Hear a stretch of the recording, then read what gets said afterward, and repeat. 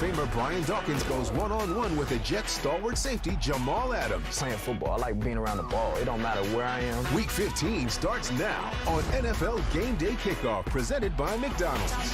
Here I come.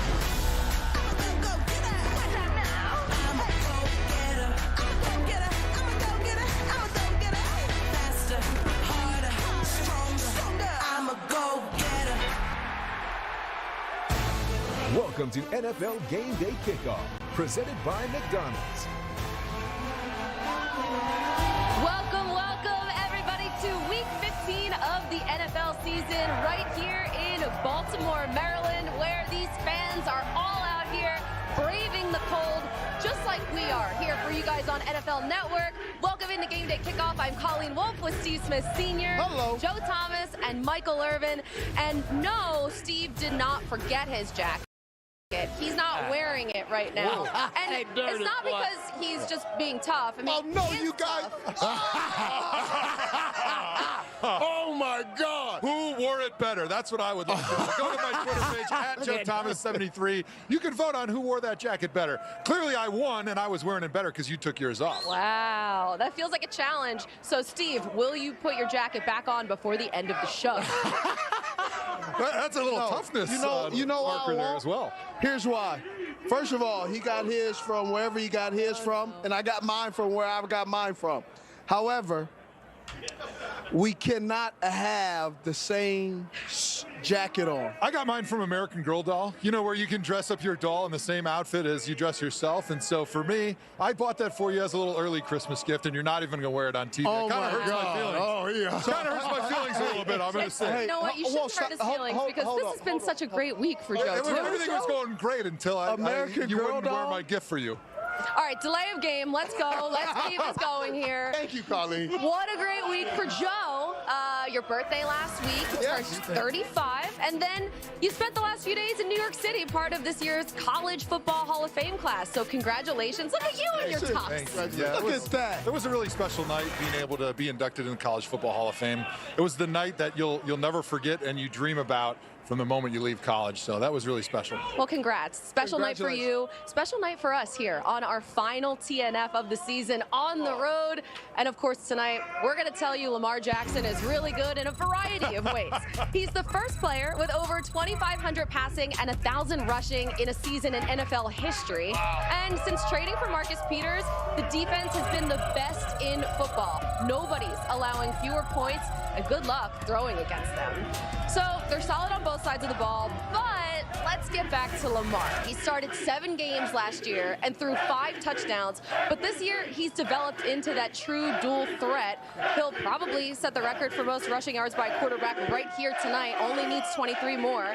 He's thrown 28 touchdowns. They're chanting MVP here. He's the front runner to be the MVP. There's a lot to choose from. So, Steve, what has impressed you most? What really has impressed me with Lamar Jackson is his ability to just improve each week. However, you see him playing. This is only his first year.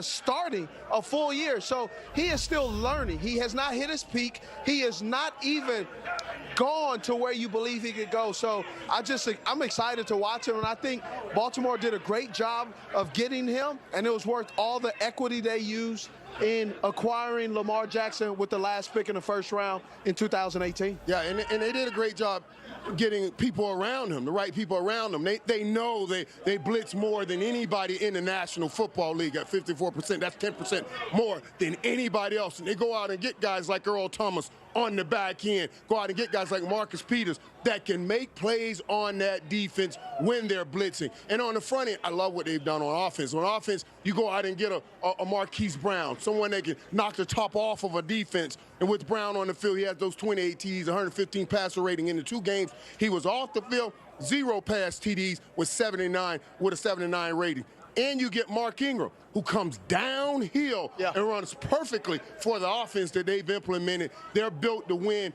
anywhere, at home, on the road. They've done a great job of putting this team together. And they've won in a variety of ways against a ton of playoff caliber teams down this stretch. The Ravens have never been the 1 seed, though, ever.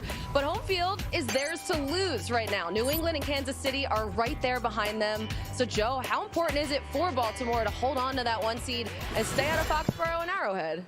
Well, normally I would say it's almost always a huge advantage when you are playing at home in the playoffs, except if you're the Cowboys. Sorry, Irv. They're not so great at home, but it's almost always an advantage, except this Ravens team may buck that tradition because they play great defense, they run the ball extremely well, and it really doesn't matter what conditions they play in. They started out the season in Miami in hot conditions, scored 59 points. If they're going to be on turf like they did against Cincinnati, they scored 49. Sloppy conditions, they scored 20 against San Francisco and they won all 3 of those games. So when you have a great defense, you can run the football, and you've got a dynamic runner at quarterback like Lamar Jackson who can do it in any condition on any surface. It really doesn't matter whether you're at home or you're away. And by the way, John Harbaugh, 8-5 road record in the playoffs. That's pretty remarkable when you let that sink in and how good his teams have been playing on the road. Their success, it travels almost anywhere that they go, and Lamar Jackson, he only has 1 loss here as a starter at home. So either way, seems like they're good to go. But on the flip side, we got some good news for the Jets. The flu is out of Le'Veon Bell's system. The bad news is the game tonight, not at a bowling alley, where apparently Le'Veon, he gets after it. Oh, yeah, I am, for real. The bigger surprise, I rolled a 251 off the flu. That's the bigger surprise. Was that career high? That's my career high. 251? 251 what off the sickness. Before that? 238. 238? Yeah, 251. No 7-10 splits? Nah, no, thank goodness. Nah. 251. Man, they just want him to run for 100. That'd be cool. On the other side, Mark Ingram seems like that won't be a problem for him, but maybe tonight against this Jets run defense, we shall see. Maybe Steve can borrow his jacket if he gets